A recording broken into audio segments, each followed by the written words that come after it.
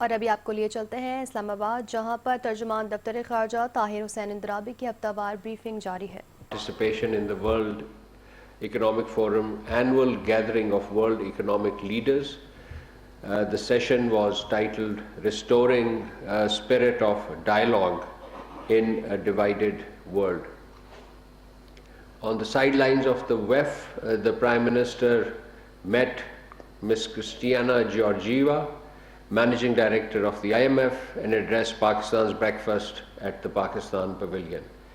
During the visit, Pakistan, along with 7 other Arab Islamic countries, including Egypt, Indonesia, Jordan, Qatar, Saudi Arabia, and Turkey and the UAE, joined the Board of Peace as part of the ongoing efforts to support the implementation of Gaza Peace Plan under the framework of the United Nations Security Council Resolution 2803.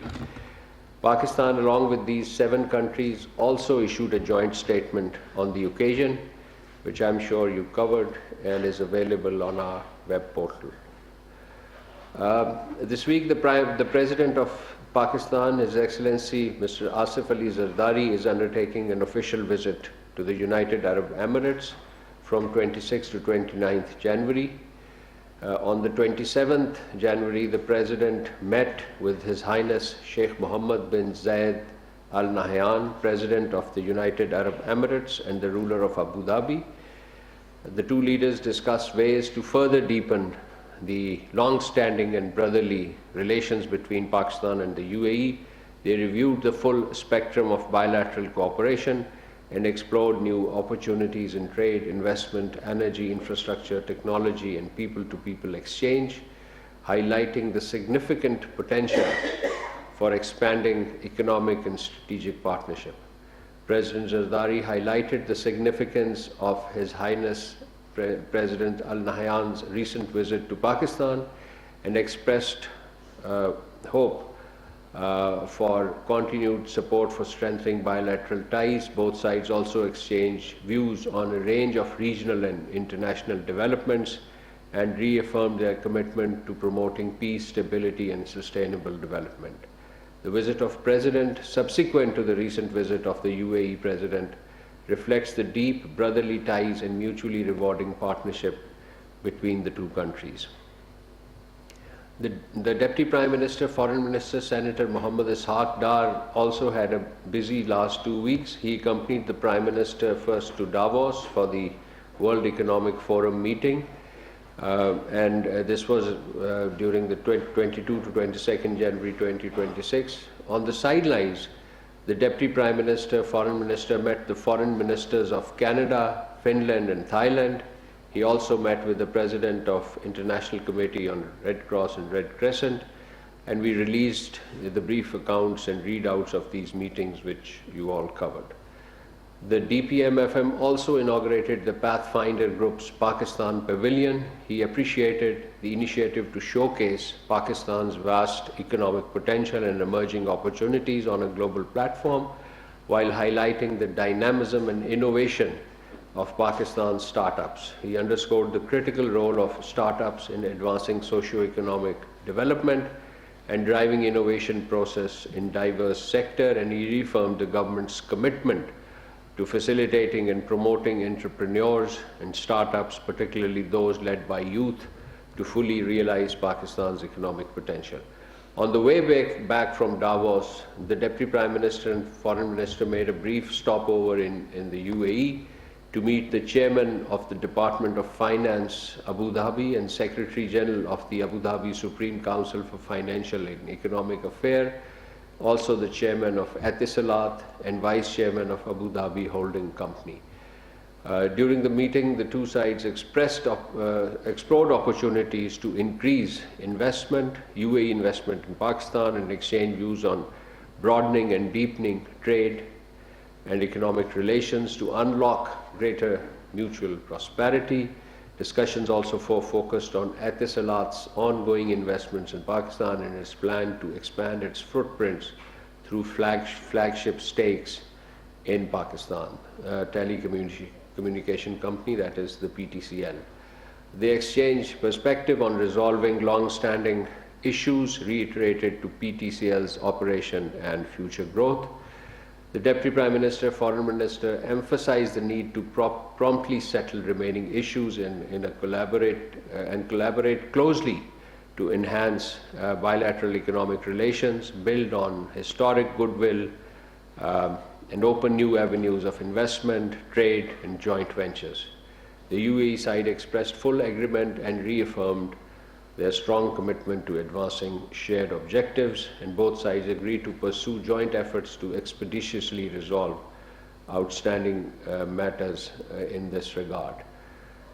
The DPM also had telephonic conversations, a number of them during this week. But before that, let me also elaborate on the visit of the Foreign Minister of the Republic of the Union of Myanmar, His Excellency Than Shwe.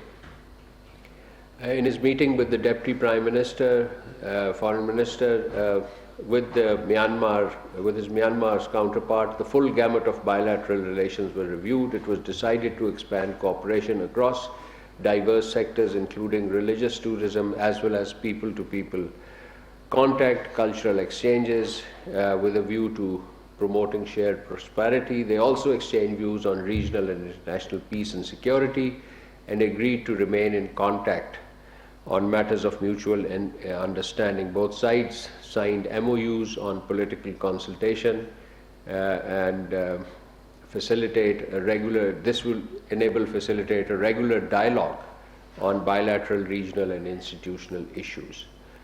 Now moving to the DPM's Foreign Minister's telephone calls this week. Firstly, he held a telephone conversation with the EU High Representative and Vice President Kaya Kallas. Welcoming the positive momentum in Pak-EU relations, both leaders discussed ways to further deepen bilateral cooperation. They also exchanged views on recent regional international developments, including Iran. The DPM reaffirmed the importance of sustained dialogue and engagements, and both sides agreed to remain in close contact.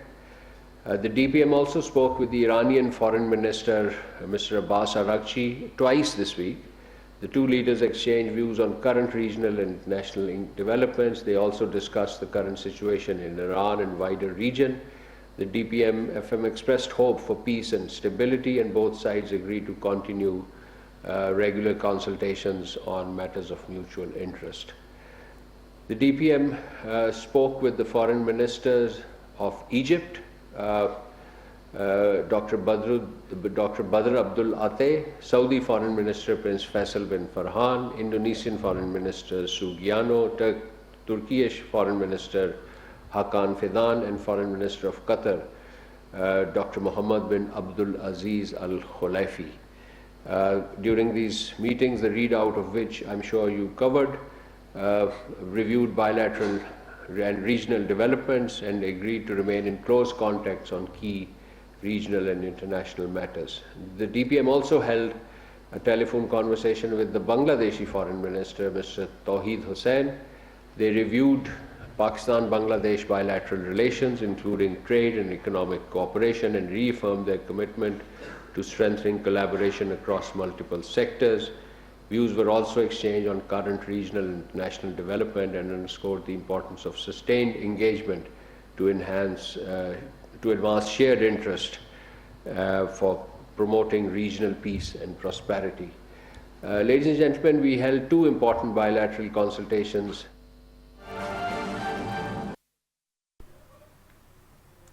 इस वक्त आप मुलाहिज़ा कर रहे थे इस्लामाबाद में तर्जुमान दफ्तर ख़ारजा ताहिर हुसैन इंद्राबी की हफ्तावार news briefing जारी थी। उन्होंने कहा, नायब वज़ीर-ए-आज़म ने स्टार्ट एप्स और कारोबारी शख्सियात की मावनत की हुकूमती अज़्म का इआदा किया।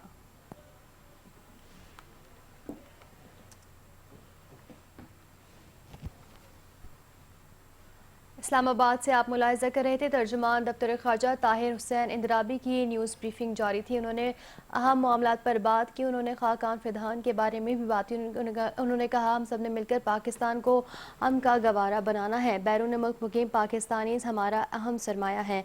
उन्होंने न्यूज़ ब्रीफिंग करते हुए कहा, उलमा कराम मुल्क में मजहबी हमांगी के फ़रोग के लिए अहम है। हम सब ने मिलकर पाकिस्तान के अमन को कायम रखना है।